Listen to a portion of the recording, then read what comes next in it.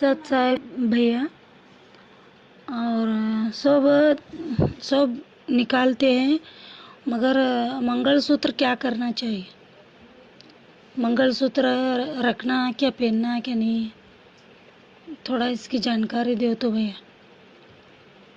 सत साहब। सत्साई बहन जी, देखिए बहन, परमपिता परमेश्वर के मुख कमल से उनके इतने सत्संग सुनने के बाद, विशेषकर सोना पहनने को लेके, और ऊपर से हम जो आपके भाई बहन हैं सत्सेवक, उनके साथ में इतने दिनों से साध संगति से जुड़े होने के बावजूद यदि हम ये निर्णय नहीं कर पा रहे हैं कि मंगलसूत्र पहनना है या नहीं पहनना है।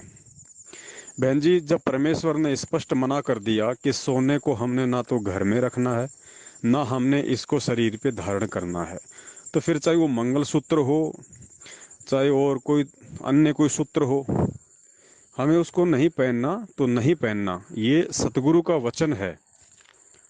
अब ये जो धारणाएं हैं इस तरह की कि भाई जो मंगलसूत्र है वो सुहाग की निशानी है, इसको उतार दूंगी तो सासू क्या कहेगी, ननद क्या कहेगी, जेठानी क्या कहेगी, पड़ोसी क्या कहेंगे, रिश्तेदार क्या कहेंगे, तो इसके लिए हमने ज्ञान को आधार बनाना पड़ेगा।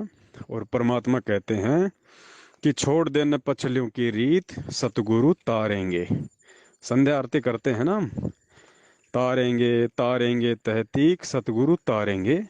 तो एक जगह परमात्मा कहते हैं कि छोड़ देने पछलियों की रीत सतगुरु तारेंगे। कब तारेंगे सतगुरु? जब हम ये व्यर्थ की जो परंपराएं, व्यर्थ के रीति रिवाज, व्यर्थ के ये पाखंड जो हम सदियों से करते आ रहे हैं अज्ञानता के चलते, तत्व ज्ञानहीनता के चलते, कि मंगलसूत्र सुहाग की निशानी होती है। अरे आज हमारा सबसे बड़ा सुहाग हमारा गुरु है।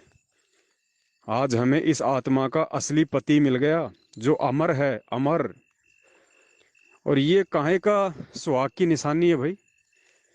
ये मंगलसूत्र क्या सुहाग का बचाव कर लेगा? है इसमें इतनी पावर?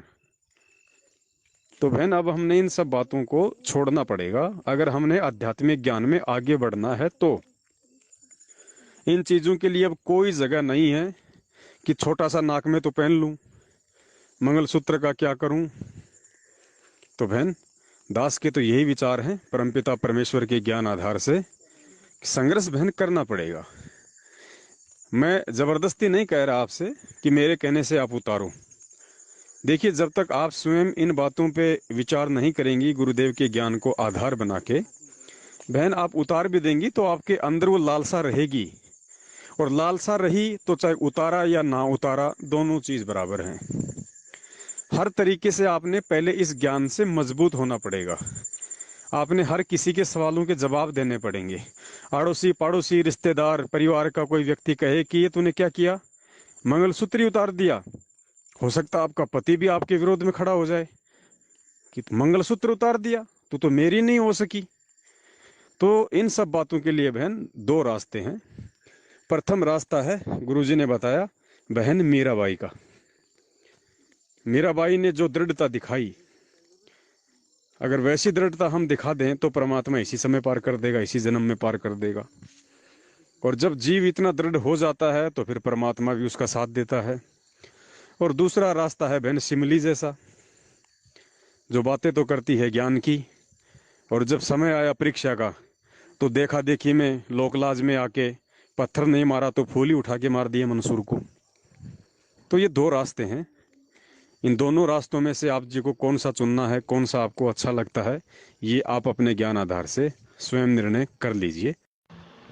सत साहब भैया, ठीक है, आप बोले सो ठीक है, मगर मालिक के लिए हम कुछ भी त्यागने को तैयार है। और हमारे पति भी हमारे साथ है भैया, वो क्या, वो बात का क्या टेंशन नहीं है। भगवान के लिए हम कुछ भी त्यागने को तैयार है। सत साहब। सत्साई बहन जी, भगवान के लिए नहीं, अपने लिए। क्योंकि मोक्ष हमें चाहिए बहन जी, आत्मा का कल्याण हमने अपने का करवाना है। भगवान तो भगवान है, वो तो केवल हमें मार्ग बता रहे हैं, हमें रास्ता बता रहे हैं जिस रास्ते से हम भटक चुके हैं, कि भाई यदि तुम इस मार्ग पे चलोगे तो तुम्हें इस चीज़ की प्राप्ति होगी। वो केवल हमें गाइड कर रहे हैं, मार्गदर्शन कर रहे हैं। तो हम भगवान के लिए नहीं, हम अपनी आत्मा के कल्याण के लिए। और ये बहन चाहे किसी जन्म में कर लो, ये करना पड़ेगा। गुरुजी ने कहा सतलोक जाने की यही प्रोसीजर है, यही नियम है। चाहे जब भी तुम्हारा दाव लग जाए किसी भी जन्म में, किसी भी युग में, तो देख लेना भाई इसके अलावा दूसरा रास्ता नहीं है। या तो ये गहने, ये सोने, ये लोक लाज मान मर्यादा आज उतार फेंको, या फिर अगले किसी जन्म में या अगले किसी युग में उतार के तो फेंकने पड़ेंगे। जब तक इतनी दृढ़ता नहीं आएगी तब तक सतलोक का मुंह नहीं देख सकते। तो कोशिश करें बहन, आज बहुत अच्छा मौका है।